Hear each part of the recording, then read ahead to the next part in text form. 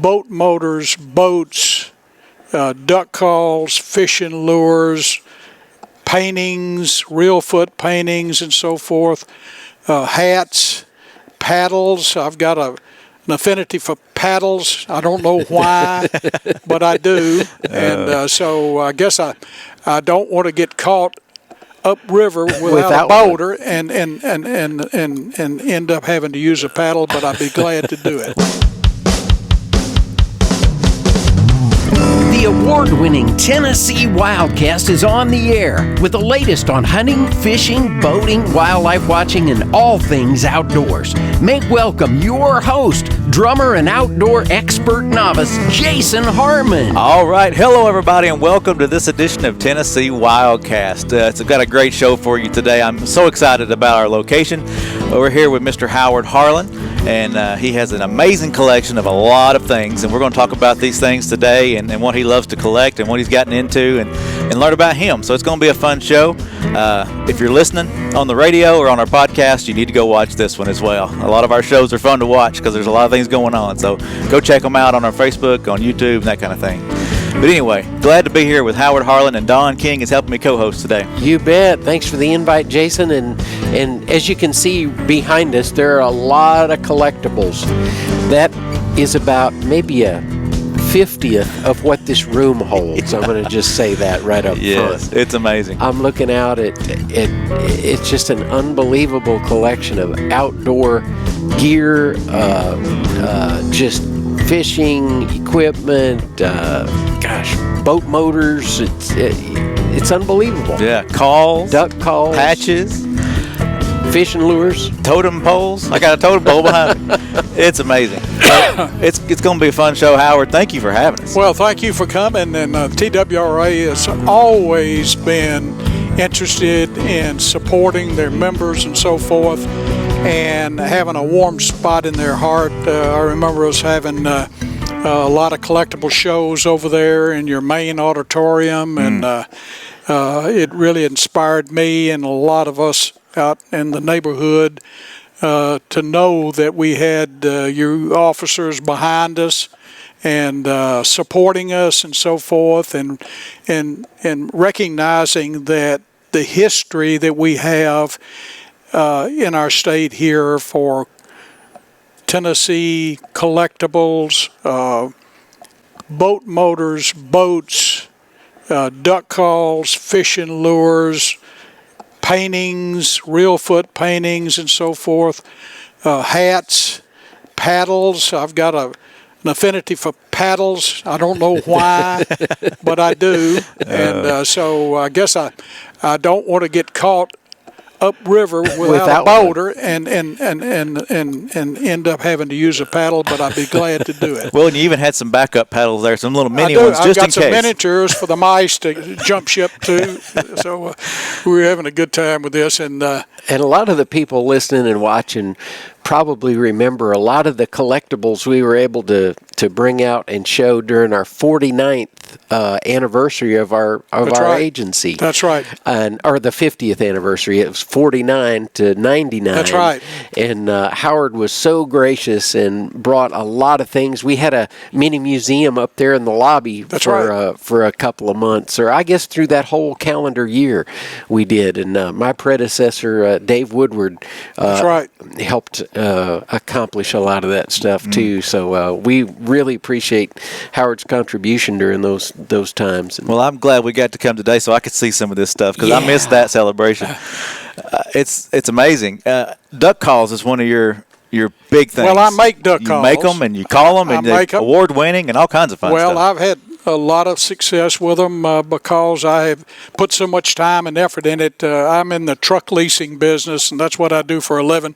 I don't make it making duck calls, but anyway, the enjoyment part of it has been duck calls, and I have traveled all over the country. I've written several books on duck calls. I've written on turkey calls and whistles and that sort of thing, and so I just enjoyed my life in the truck leasing and the duck leasing business, and so I've stayed in it for a long time, and I'm still doing it. We've got this brand new upcoming hunt at Reelfoot coming up here in about a week or so, I think, the early season up there, and I'm looking forward to going up there on Reelfoot and going to Katie's Gourd, old Johnny Marsh blind up there, and enjoying the early part of the season. All right. Yeah. Good deal. So you're still out there doing it. You're not just collecting the outdoor collectibles and things, but you're still out there hunting and fishing and enjoying it all. Yes. That's great. In fact, I caught a 9-pound brown that was due to you guys up there on the Caney Fork next to my farm here a couple of months ago, and they were going on bed, I think. So, they're still doing a great fish hatchery and so forth. It's doing really well. So maybe it'll be there for my great-great-grandson. And that's what we work towards. Our fisheries and wildlife guys are passionate about what they do. Yep. And provide more opportunity, and that's what it's all about. That's right. So we talk about that 50-year anniversary, and you get with the biologists and you get with the foresters and the land managers and stuff, and they don't look at what they're going to do next year necessarily. They're looking at decades, That's right. and planning ahead, and whether it be timber harvest or trying to get a good year crop of fish out there for the fishermen to catch. There's just not enough resource to satisfy everybody. Right. We try to do that. In fact, I gave mine and my partner's farm up on the Caney Fork to the Tennessee conservation people. Okay. And so we have right now so many people coming down the Caney Fork canoeing, which they deserve to canoe just like a fisherman out here that's throwing a fly rod needs to do it too. But it's just not enough resource to take care of the need and so forth. So I don't know what we're going to do about that, but we're going to need to do something to control it so that you've got your canoers at one particular time, and you've got your the trout fishermen at another part of the time, and then you have the striper fishermen at another time also. And so now I don't know how we're going to solve that need. We can't make any more rivers, I don't think. It's come up in a few meetings, I'll put it that way. Oh, I'm sure it will. Yeah. So there's always something. There's always. It's fun to go back and look. But my life has been collecting. Yeah. And I collect books, I collect hats. Again, I tell you, I collect duck calls, I collect turkey calls, I collect whistles, I collect fish, I collect reels. Anything that's got anything to do with our history in the past from our grandfathers. And I don't think it's that many young people now that are going out in the market and getting the experience that I got. I still have my hunting boots right up here on the top of that little table right there. And my mother saved those for me. I don't know how many mothers we've got now that would save for a 2-year-old, 3-year-old, 4-year-old child their hunting boots, but mine did. She had that much good for her sight, to do that. So I hope that we do get a lot of children in it.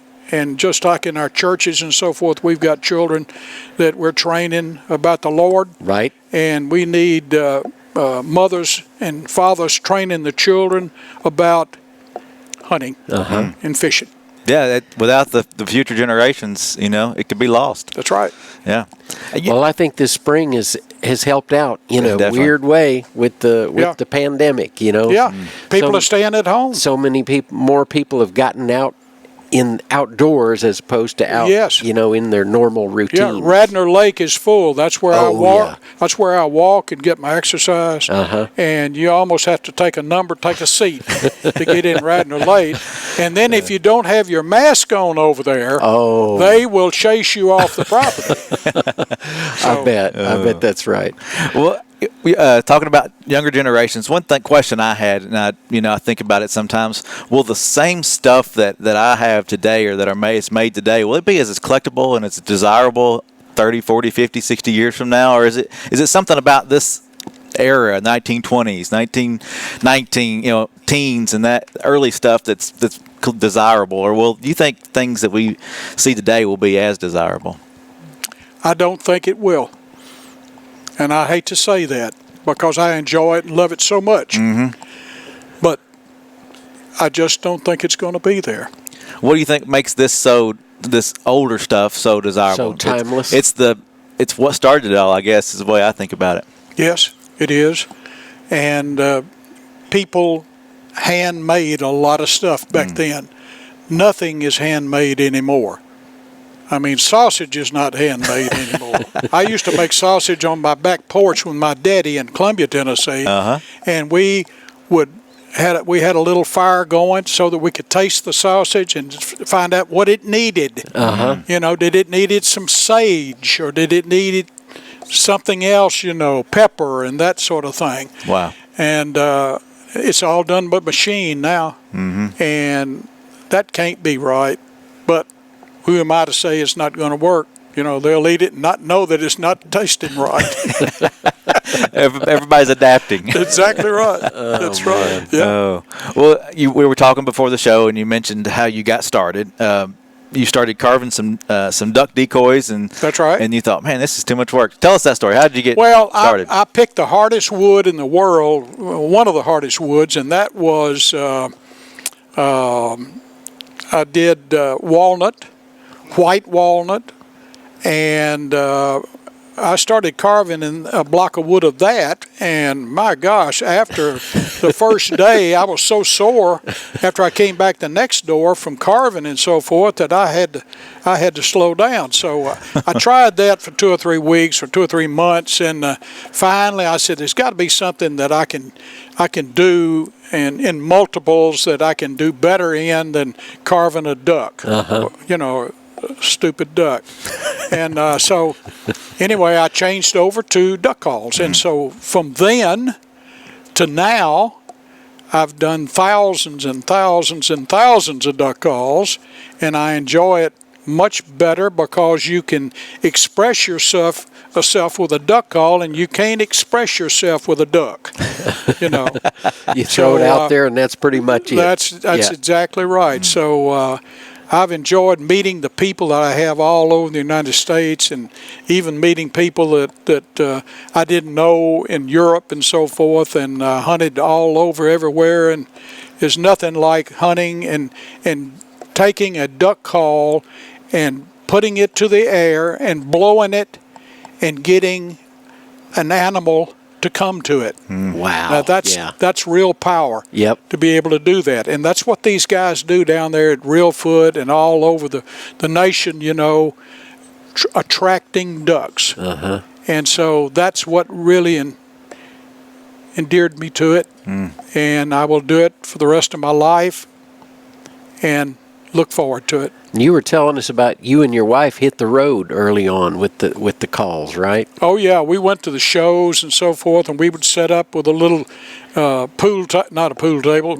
Well, sometimes we'd set up a pool table, but we'd set up with a card table and put my calls out on display there, and people would come by and look at it, and they'd want to hear it, and I'd blow it at them. And so when you can take your call and put it in the air and blow it at a flight of ducks and see them turn when they hear your noise, and they keep coming and they keep coming back and forth, and they come in there.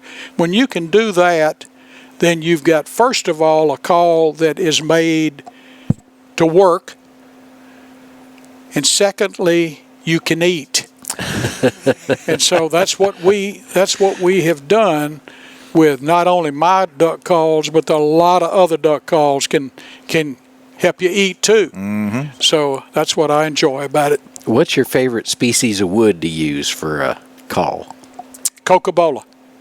It's a rosewood. Okay. Yeah, from the coast of Mexico, also from some of the islands and some of the shores of South America. Okay.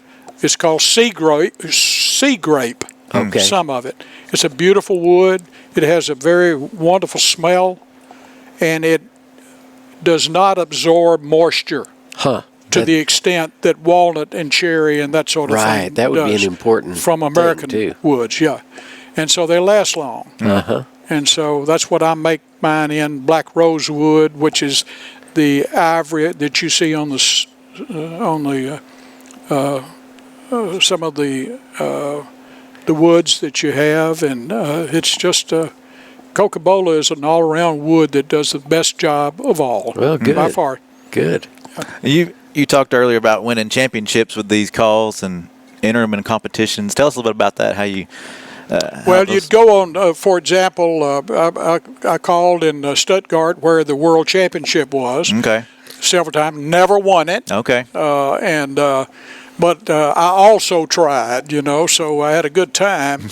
And we would sit in a school bus, and we'd cut up out there, and they finally had to fire us all, I think, and finally they calmed us down and so forth, because we were so excited about the event.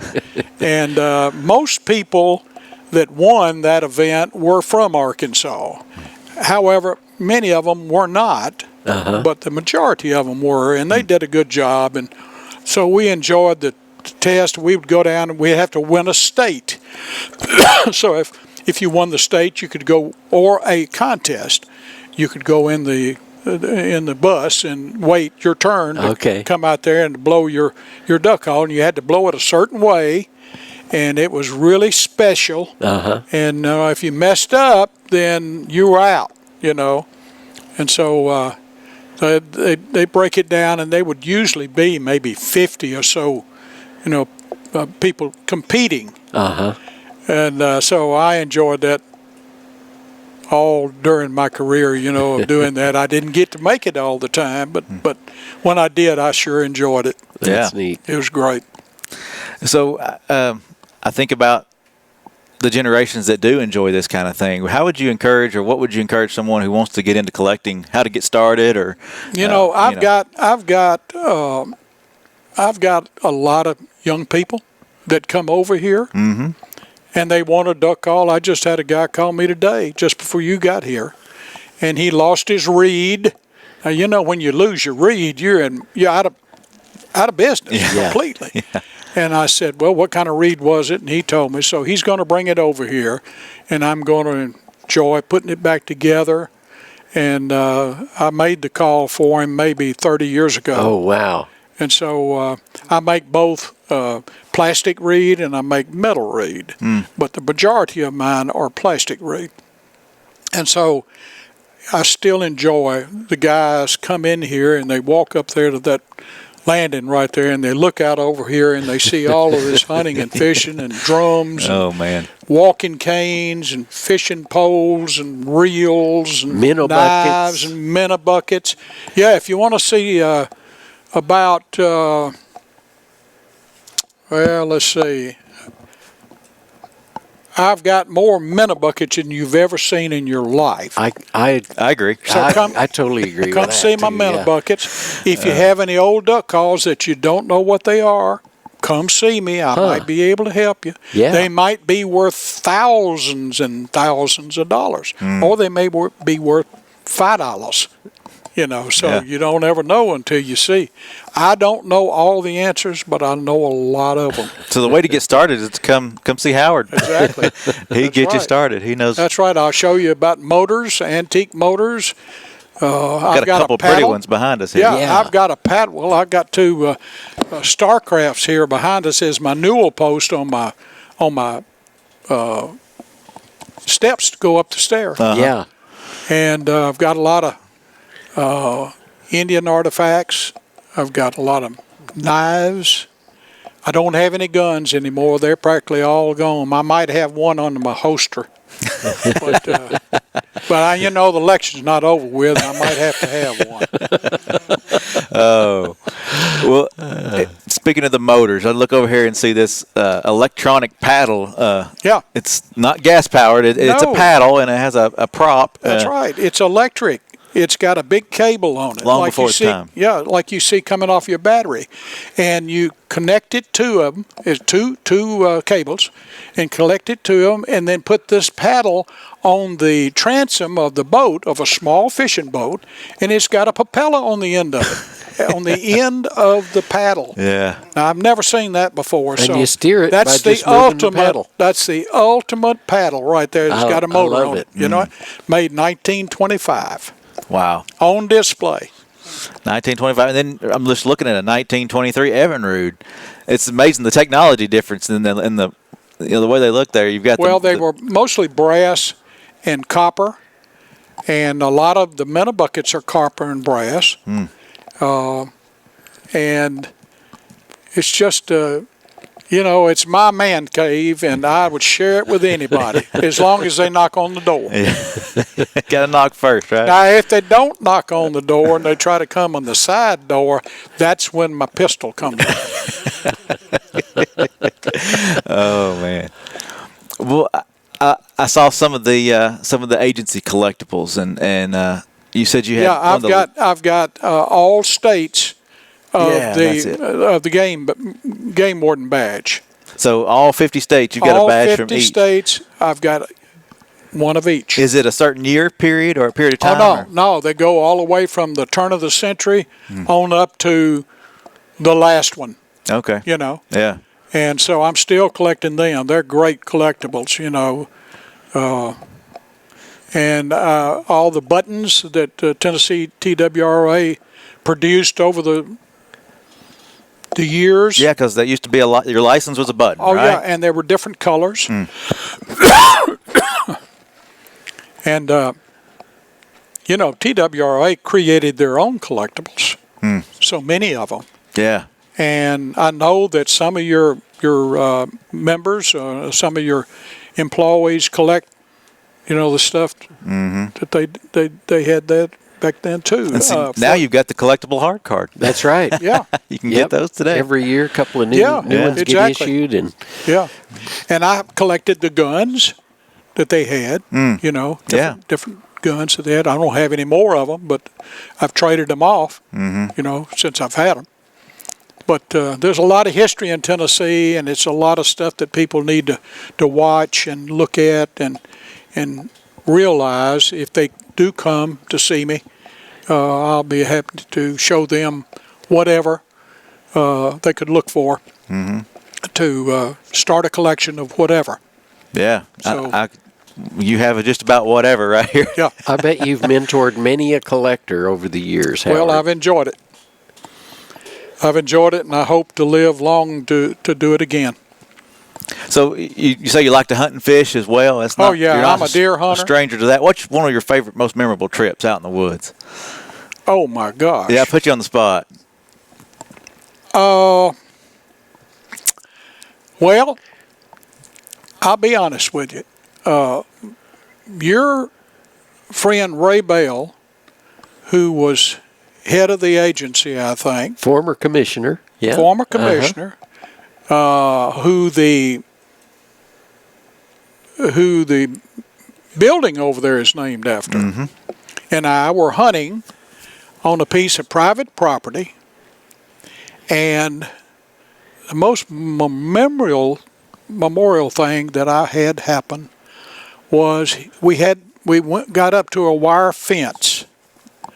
And so Ray, it was early in the morning, just daybreak, we were going goose hunting. And Ray climbed the fence and got up on top of it and got to balancing on it. Back and forth. I said, "Be careful, Ray. Be careful." And all of a sudden, he slipped and fell on his posterior. Well, as things will have it, I looked down, and he had a pair of khaki pants on like I've got on right now. And he had a large object in the right back seat pocket. And it was brandy. And it busted completely open. And did I hear whining, hollering, and this, that, and the other, and glass breakage and so forth. Oh, man. Well, I don't mean to be talking about my good friend who has departed, but he would have wanted me to. So he always took that brandy with him in the goose blind to heat up his enrils. Yeah. And stay warm, right? And they stayed warm the entire day. Not that day, because he had to go to Camden to an emergency service or something, because he had a lot of glass that was causing him all kind of problems. So I hate to be talking about a former commissioner, but you asked me, and so I told you. Well, there it is. Well, tell me this one. We always ask this question a lot of times. Who introduced you to the outdoors and got you started? My daddy. And what was that like? What was that first trip like? Do you remember it? Well, I had my boots on, and that's them Yep, right up there. That's What right. did your mom save for you? The little bitty boots, about this tall. And I was so excited. This particular hunt was a rabbit hunt. Well, a lot of people start. So we went out, and I had a little bitty BB gun. Mm-hmm. That's all I had was a BB gun, because I wasn't old enough to have anything else. So my daddy took me around this briar patch, and lo and behold, there was a little hole in that end of that briar patch.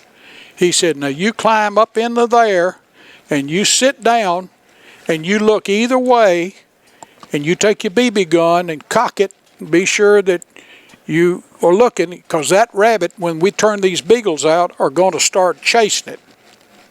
So sure enough, I heard this beagles, and there was 3 or 4 of them, and they slapped down the gate on the pickup truck, let the box open, and they went out, and they went past me, not in the path, but past me and all the way back around.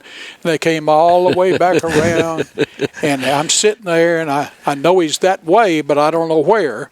So I turn like this, and all of a sudden I look up, and this rabbit is running right down that path. Oh, wow.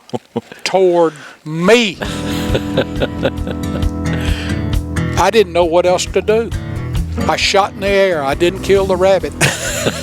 But that rabbit did come where he told it would. And so that made the difference to me, and that was my first hunt, and I never will forget it. Oh, man, that's great. That's awesome. Yeah. I think we could be here for hours on hours, and and We'd learn. have to go get some beer. Yeah, we'd have to be here a while. We'd be here a while. Oh man. Well, I appreciate you welcoming us into your home and showing us around and letting us see this cool stuff. And we may have to come back sometime. And You come do on this back, again. buddy. Thank you so It'll much. still be Howard. here, probably. Yeah, we appreciate you. Oh, yeah. Thank Yes, you sir. so Well, I much. enjoyed y'all being here, and I tell you what I really enjoy is that you guys appreciate it. You know, you guys couldn't be more than 20 or 30 years old. Yeah, not much more. You know, and y'all can enjoy this, you know, and all these young people out there that don't know what to do, tell them to pick up a rifle and get somebody to help them. Exactly. And train them and go to the TWRA, and they'll shoot them, teach them how to shoot. Yeah. And they have a service that'll do that, and you need to do that instead of standing out on the street. That's right. There you go. You heard it here. Get outdoors and go hunting and fishing. Mr. Howard Harlan, we thank you for having us. And we thank you all for tuning in. Thank you for watching and listening. And we'll see you next time on Tennessee WildCast. Thanks for tuning in.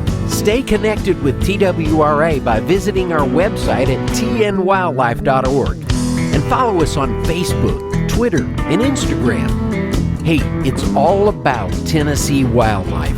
It's what we do. Tennessee WildCast will be on the air again next week. We'll see you then.